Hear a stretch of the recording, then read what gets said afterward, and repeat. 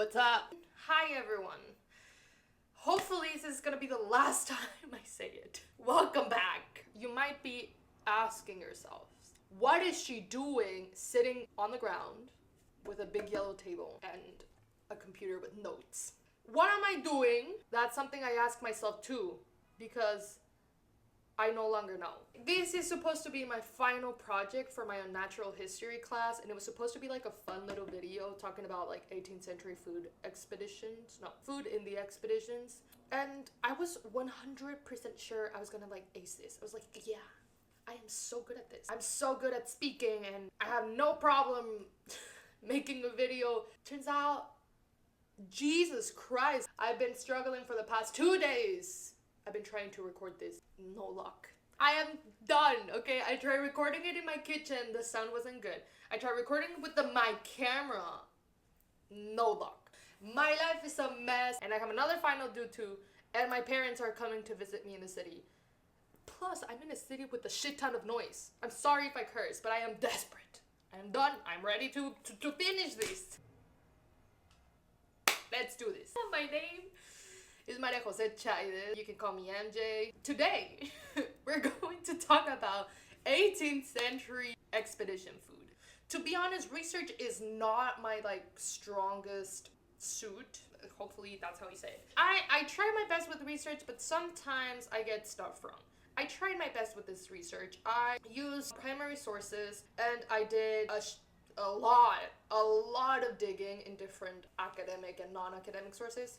All of them will be linked and cited because I know my professor loves that. And if I say something that it's historically inaccurate or just not cool, just let me know or don't. But just to build a little bit more trust between us, I just have to let you know I did try my best, and I will try my best to give you all the facts as I found them and just make them seem a little bit cool. The initial plan for this project is that I was gonna record myself cooking first portable soup. I have no idea how I thought that I was gonna be capable of recording myself preparing portable soup. So I said no. So I planned recording myself cooking sauerkraut, and then I realized I can't do that either. What was the point of cooking sauerkraut if I was not gonna consume it?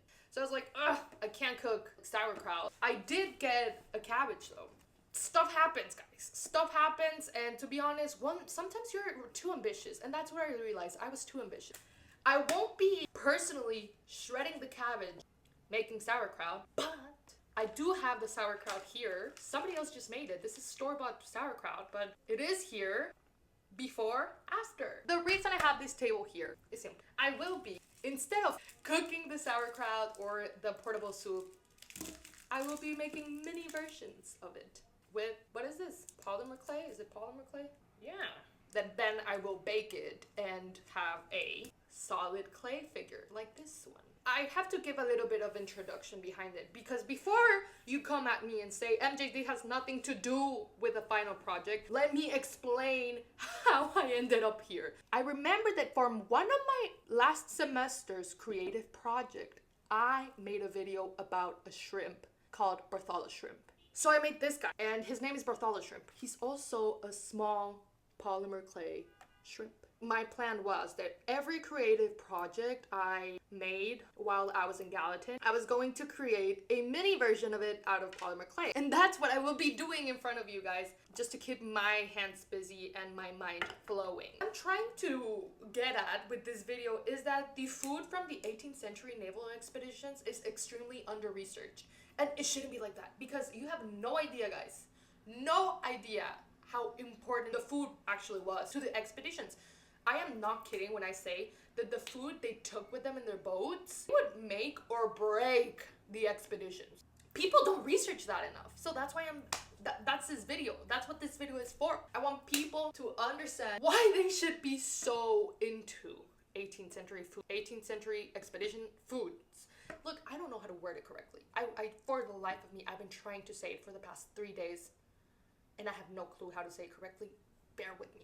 These two items, portable soup and sauerkraut. Maybe you're asking yourselves, what the fuck is portable soup? And I am so glad you asked because portable soup is this thing, a distant relative from the bouillon cubes. I think how do you pronounce? Bouillon. Basically, they're a super helpful thing in the kitchen. It's basically like bone broth. Portable soup has many names. Some people know it as portable soup, pocket soup, veal, or glue. Yes, glue. There is no one recipe, but in general, most of them follow these steps. You get your raw meat and you put it in a pot, right? And that pot, you let it simmer for 12 to 24 hours.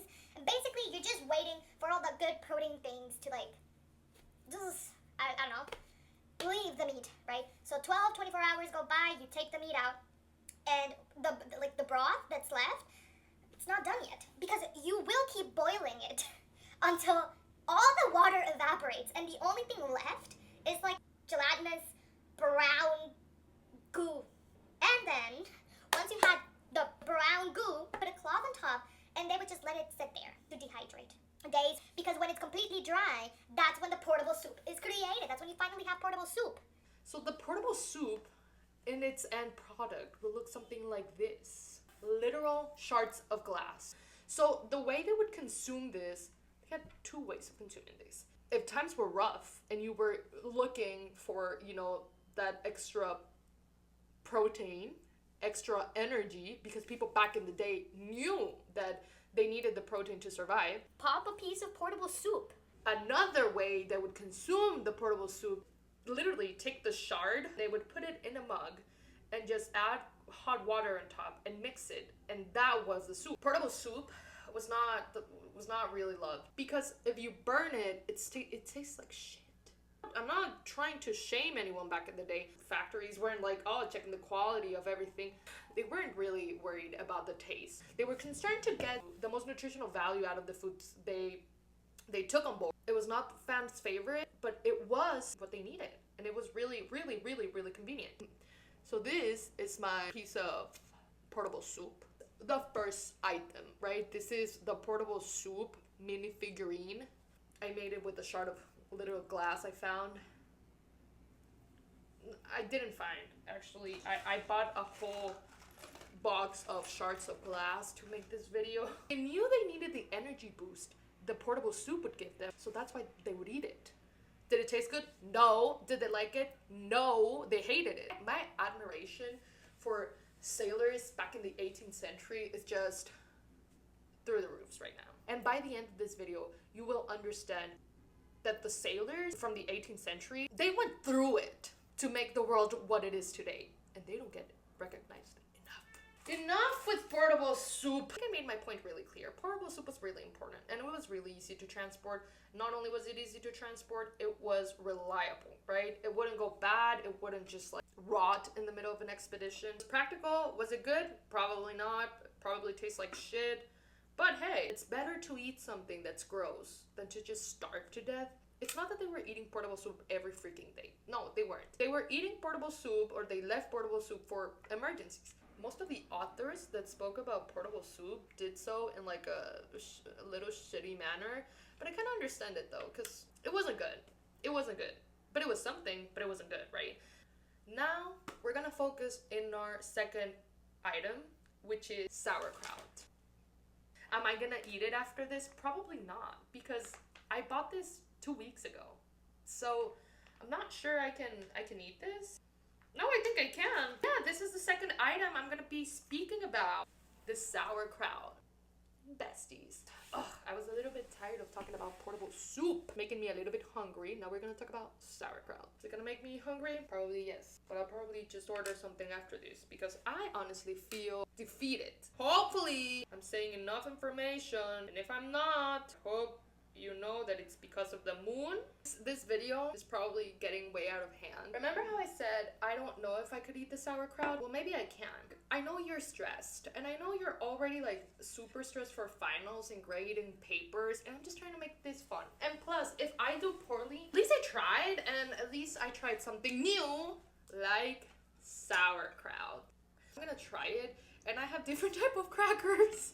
I should really be talking about my project. I am sorry. It's part of my project, because I'm talking about what the fuck is sauerkraut. Sauerkraut is just cabbage and salt, and it's really, really, really, really easy to make. You shred the cabbage, you mix it with salt, and you massage it until it releases its juices. It sounds really bad, but apparently inside the cabbage there's juices. Some people say it can take up to like 5, 10, 15 minutes for it to be completely ready to go into the jar. And when you put it in the jar, you just like press it down. All like the juices that came out of like smashing the cabbage just like rice and the cabbage is submerged in its own juices, and you just cover it, you close the lid. People do it a different way. It all depends on what you have in your house. If you have the equipment to ferment stuff, then it's gonna be easier, and if you don't, then you have to burp it once in a while, and you open the lid and let the gases exit, because if you don't, then it's gonna explode. Now that I explained what sauerkraut is, I'm gonna try it for the first time and tell you a little bit of why it is so famous in the 18th century. People believe that sauerkraut was used by certain captain that we're gonna speak later on to prevent a sickness that was like a really, really, really not cool sickness. Let's pause the information. Let's try it. The smell, I really like the smell of fermented stuff, so that's a 10 out of 10 for me. And the taste, it's good, but I don't know why I thought it was gonna be like so like with a lot of complex flavors. It's pretty simple. I really liked it. 10 out of 10. I recommend sauerkraut for everyone. You know what it is, you know what it's made of. Now let's go back to talking about the 18th century naval expeditions, shall we? So the reason portable soup and sauerkraut were so important in the 18th century expeditions was mainly because they were very durable and they were very reliable, right? So that made them the perfect fit for naval expeditions. We all know expeditions happen. We really have to keep in mind that the expeditions had a set starting date, but they had no return date set on stone. They were really fucking hard. If something happened out of what was already planned, the expedition was screwed, basically. And that's exactly what happened to the Franklin expedition. Even though it was not in the 18th century, my professor, my unnatural history professor, will love this part because her dog is named Franklin.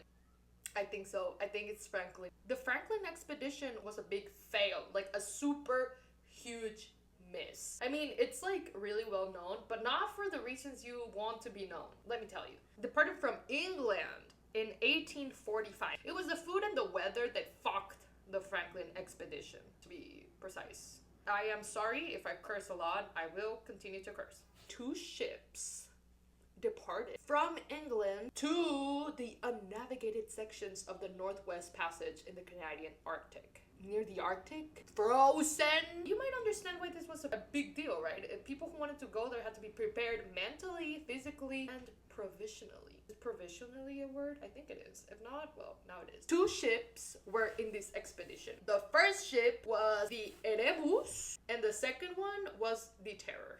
There's actually a TV show. The professor told me about that. I think it's called Terror. So the Erebus was commanded by John Franklin, and the Terror was commanded by Captain Crozier. The 2 ships were really well equipped for their expedition. Like the boats were really technologically advanced for the time. They were steel reefers. They were powered by steam engines and screw propellers in case there was not sufficient wind for them to sail. They had a central heated system to combat like the really, really, really bad weather they were going to encounter. They were trying their best, and they were really technologically advanced at the time. And people had high hopes, right, for the expedition, because Franklin, although he had some expeditions that have failed in the past, he was well known, okay? People had faith.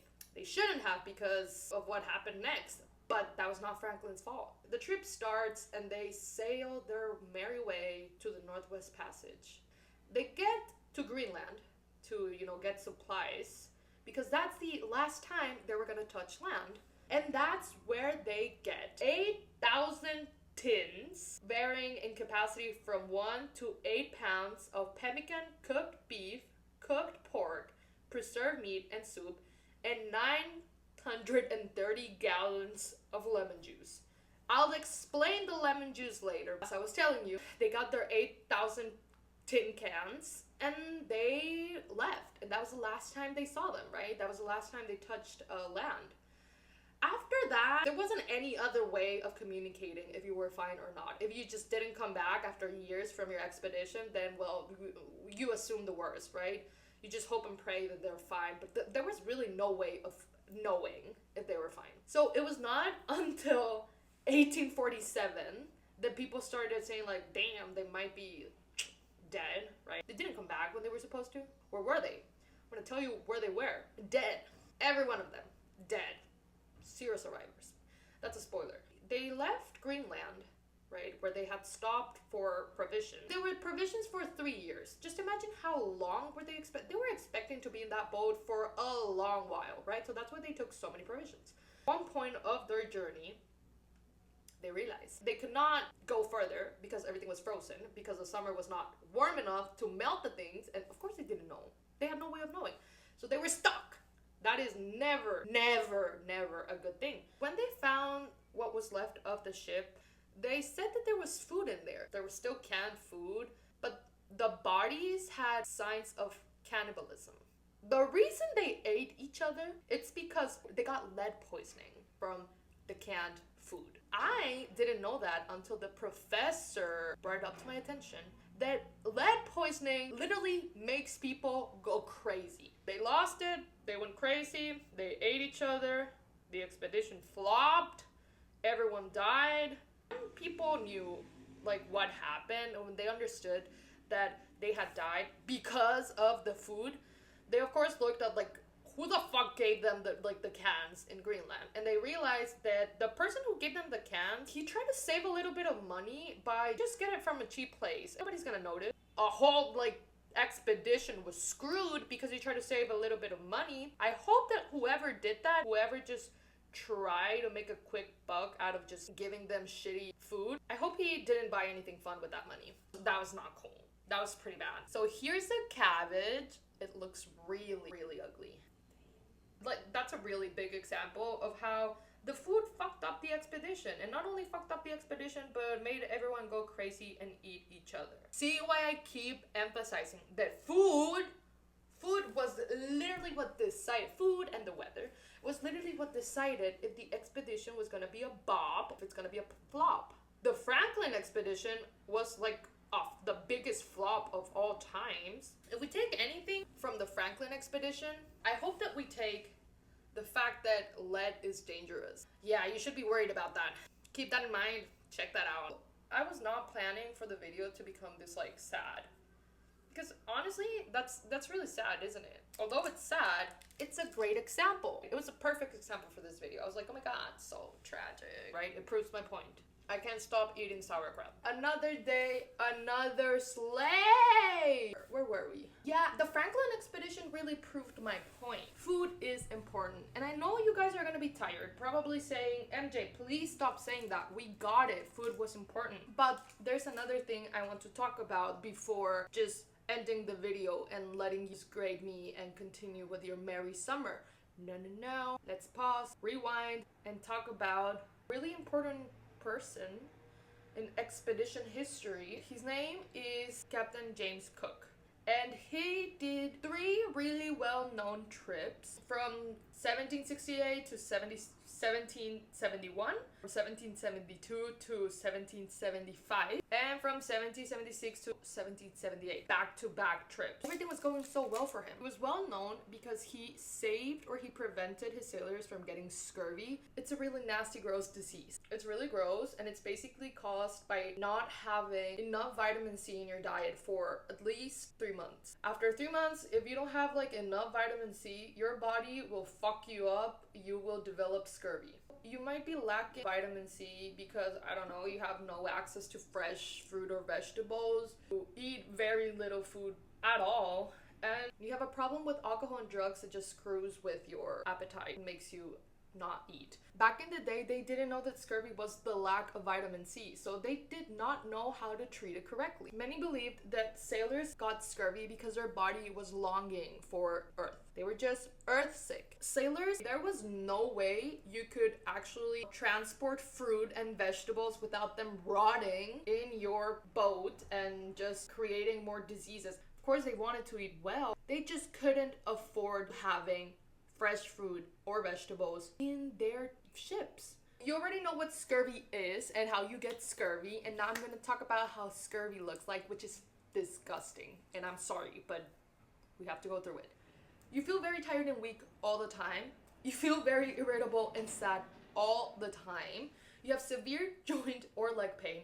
You have swollen legs. And before you say, isn't that the symptoms of every college student out there in the world? No. I mean, yes, but the list continues, and then you're gonna understand why we're nowhere near having scurvy. Swollen, bleeding gums, and sometimes teeth could fall out. Hopefully that is not happening to you guys. And if it is, go to your doctor. You also develop red and blue spots on your skin, usually on your shins, because you have bleeding under your skin, and it's called the scurvy rash. Disgusting. People dying from scurvy was like a really big thing. Even though they had an idea of why people got scurvy in the first place, they did not know what caused scurvy. All of the treatments were preventive. At that time, they just couldn't know that it was from a lack of vitamin C. They'd say you'd get it from very dirty places, and boats could get really dirty. You had rats, you had other animals, you had a lot of men living together, maybe rotten food. You would not want to be in an 18th century expedition boat. Some people were getting really close to understanding that it was the lack of vitamin C. James Lind was a physician in the 18th century who was like super into scurvy and finding out like what caused scurvy and how to treat it. One of the main reasons he was so into scurvy, it's because he got it in the late 1830s.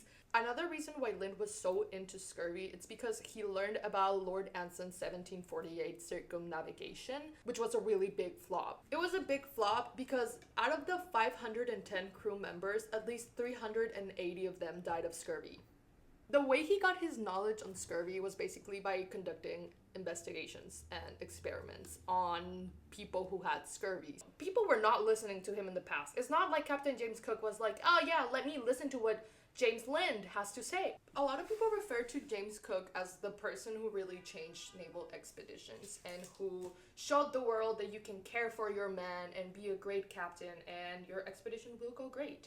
And although this is in a way true, we do also have to consider that Captain Cook was rich. He was a really wealthy man who had a lot of people working for him, and thanks to the people that worked with him, he was able to continue with the expeditions, right? Because expeditions weren't done only by captains, okay? Captains were there to command other people, but sailors were the real OGs of the expedition, right? They were the ones who cleaned, they were the ones who cooked, were the ones who trimmed the sails, they raised and lowered the anchor. They had to be experts at many things, they had to know how to do a lot of things. So they were really smart men, right? They were not how people really depict them. Maybe they were drunk people, yeah, because that's what they drank in the past, okay? People in the past didn't drink water.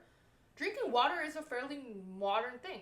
I'm not saying James Cook wasn't smart or didn't do a lot of good things. Yeah, he did. I'm not taking any credit away. I just think it's important to let people know that James Cook had people behind him. Most of the great people in history, they didn't do that by themselves. You can't get far alone. That's why they had crews, they had money to pay people to get the best of the best. He had the money, and he had the time and the knowledge. Of course he was going to do great things. He had everything to do great things. But I think it's important just to acknowledge the fact that he didn't get to where he was alone, okay? He had a lot of people behind him doing maybe things he was not capable of doing. Just to give you an idea of how well known Captain Cook was and why people give him so much credit, just 8 days after the Declaration of Independence, Benjamin Franklin wrote a letter to all American sea captains in which he literally said, if you encounter James Cook's expedition in the open sea, treat them with respect and be nice to them. That just shows you what a big deal James Cook's expeditions were. Some people argue that Benjamin Franklin did that in order to just be able to, take a little bit of credit if John Cook discovered something in his third and final expedition. But yeah, James Cook was really well known, is really well known, and by all means, he should be, considering that he also used other people. In 1776, James Cook was awarded the Copley Medal for his efforts in combating sea scurvy during his navigations. So many people say he did that so he combated scurvy by giving his people sauerkraut. And I was on board with that idea too. I truly believed it. All the records show that he was carrying sauerkraut. Even though he did travel with sauerkraut in his boat, It was not the reason why he prevented scurvy. It's a myth, which it's a bummer because it's such a nice story. Cook did believe that sauerkraut helped with something, okay? That's why he brought it with him. In an essay, James Cook says it was not the sauerkraut or like juices he brought on board that helped prevent scurvy. It was the fact that he had this rule in the ship that whenever they were able to reach land or have access to fresh fruit or vegetables, their men had to eat what they could. They were told to eat whatever plant or fresh thing they could find and not question if they were good or bad for them. If they were fresh, if they were green, eat it. Basically, that's how he prevented scurvy. During his pit stops, his men would go down, find whatever fresh thing they could, and eat it. People would eat grass. That's the point they got. They would eat grass. If there was nothing else in hand that looked fresh, well, they might as well eat the grass. And the worst part is that it worked. And people thought it was the sauerkraut. It was not the sauerkraut. It was the pit stops. James Cook was really well known because these people survived. He took them to expeditions, and he was bringing them back home. Everybody saw what James Cook did, and everybody was like, oh my god, I need to do the same thing. And in 1815, the Congress of Vienna opened unprecedented territory to ships, which basically means it was now legal to stop in anywhere you could stop, allowing other ships to do the same thing James Cook did. Stop, breathe air, get food, eat grass, try to survive. It was great. Expeditions changed it a little bit, not a little bit, a lot, and it was thanks to James Cook. And before I leave, because I'm reaching the end of the video, which is a bittersweet moment because now I have to edit the video. I will talk about the juice. Remember that I told you about the lemon juice they gave people in the Franklin expedition? A lot of people link James Lind and lemon juice together because he was a really big advocate of lemon juice and boats. But this didn't mean he came up with the idea that lemon juice was good for like to cure or prevent scurvy. He was well aware that he was not the one who invented it. So in Lind's treatise of scurvy, he recommended different things like lemon juice, rob, and other vegetables and fruits that would help prevent scurvy. He encouraged expeditionists to take lemon juice with them in their ships, but because he knew realistically speaking that sailors couldn't just go around taking gallons of lemon juice with them, he came up with this thing called rob. And rob is basically something prepared by evaporating a dilution of fresh fruit juice in nearly boiling water over several hours. I mean, he tried, right? He was trying to make like a vitamin C concentrate, basically. He did not know that it was the vitamin C that he was going after, but that's what he was going after, right? He was trying to come up with something like this that we have nowadays. The heart was there. The effort was there. The energy was there. Was it effective? No, not really. And I just want to let you know, James Lind was not the first person to talk about lemon juice and how it could possibly benefit and cure scurvy. There was other people in the past who did it. In the 14th century, I think in 1593, Admiral Sir Richard Hawkins of the British Navy noticed that feeding his men citrus fruit each day seemed to eliminate scurvy. John Woodall in 1643, he was a military surgeon in the British East Indian Company. He also recommended the use of citrus fruit and juices, but nobody listened to him. James Lind was not the first person to talk about it, but he was the one to, do a little bit of more research, do the experiment, and pretty much talk about it until everyone was annoyed. Well, guys, the time has come, finally. It took me 3 days to record this video, and we finally made it. We're done. I hope you guys learned something. I certainly learned a lot of stuff doing the research. And I did have a lot of fun recording, even though it was really frustrating. I'm not gonna lie, it was something. Video, if you take anything, I just hope you take this. The first thing is that food is really important, and it has always been important, and it will always be important.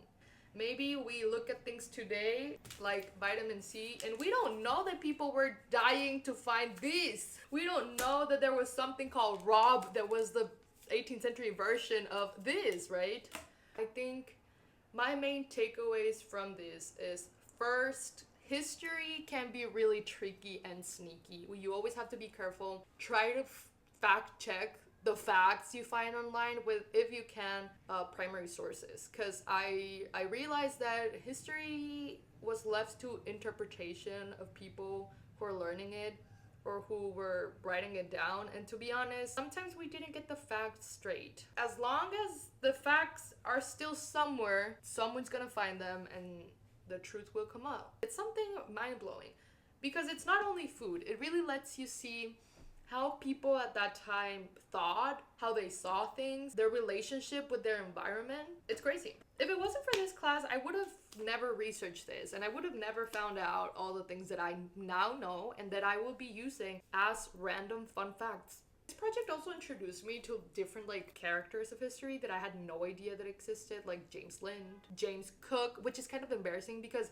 looking back, I probably heard about him in middle school, but I didn't pay attention to history class. Sorry. I also learned how history, if you looked into it, everything is connected in some way, shape, or form, and things that we use today maybe were used in the past or had different shapes in the past, like vitamin C. I also try not to judge people from the past because, to be honest, they were trying their best. They were doing what they could with what they had, and we know they had little resources and they did great stuff. Now we're living in a world that was created by them.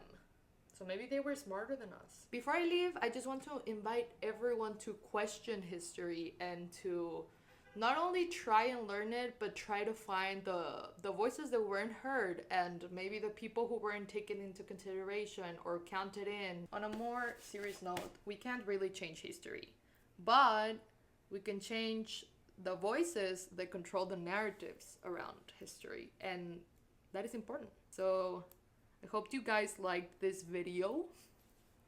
We finally reached the end of the semester, of the video, of the school year, of everything. I'm really thankful for the professor and for the class and all the awesome things we got to do in class. And well, I'll keep this forever now. The portable soup figurine and the sauerkraut. Well, the cabbage. It's a cabbage. I hope you enjoyed it. I hope you have a great time. Keep grading finals and yeah.